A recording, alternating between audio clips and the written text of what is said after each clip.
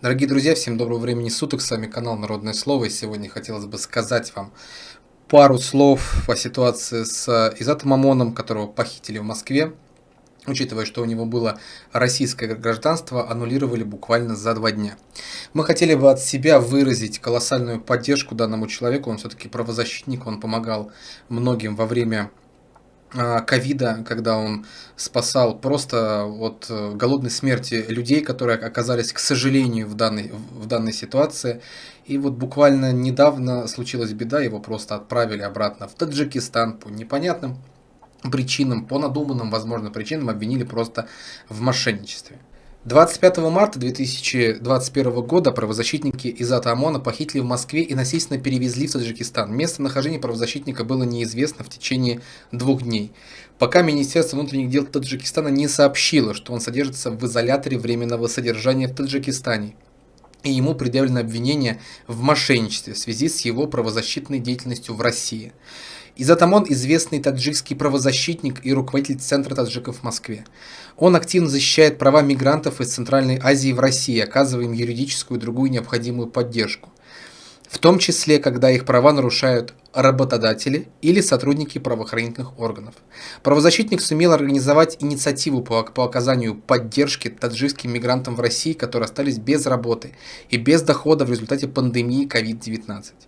Включая сбор помощи от жителей Таджикистана. Изат Омон активно критиковал таджикское правительство за отсутствие поддержки мигрантов из Таджикистана, проживающих в России.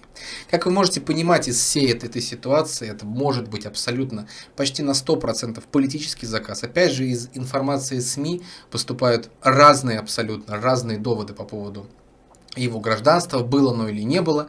Уже ввели то, что это был не он, и аннулировали гражданство не ему, а какому-то другому человеку. И здесь можно понять, друзья, одно.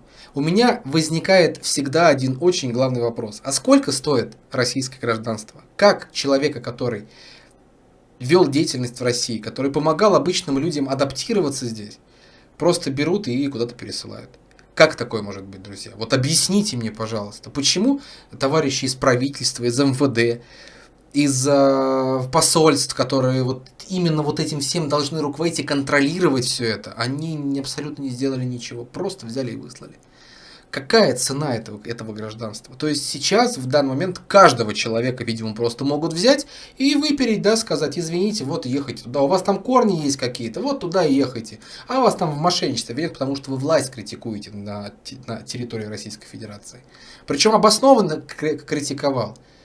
И сейчас люди в Таджикистане, таджики, которые находятся в России, в том числе в Москве и в центральных городах, уже провели даже какой-то несанкционированный митинг, понимаете? Люди, которые живут там, они считают Изата Омона одним из самых глобальных людей, который действительно может что-то сделать, помочь людям, сделать что-то для своей страны. Не только для России, в которой он якобы оказывается, или не якобы уже в итоге имел российское гражданство. Поэтому, друзья, я хочу вас всех попросить, пожалуйста, распространяйте данные видеоролики по поводу Изата Омона. Это очень сильно важно в своих социальных сетях. Просто с хэштегом «Свободу Изату Омону». Это будет самое правильное то, что вы можете сейчас сделать. Это резонанс. Все начинается с определенного резонанса, законного, понятного и с определенными требованиями. Если от нашего канала потребуется какая-то помощь в освещении, вы можете всегда обратиться. В ссылках в описании все всегда указано. Все наши контактные данные, начиная от Инстаграма, заканчивая номером телефона WhatsApp и Telegram. Поэтому, друзья, боритесь за свои права, делайте правильные вещи, отстаивайте свои интересы и отстаивайте интересы тех людей, которые, к сожалению, вот попали в такую беду. Всем спасибо.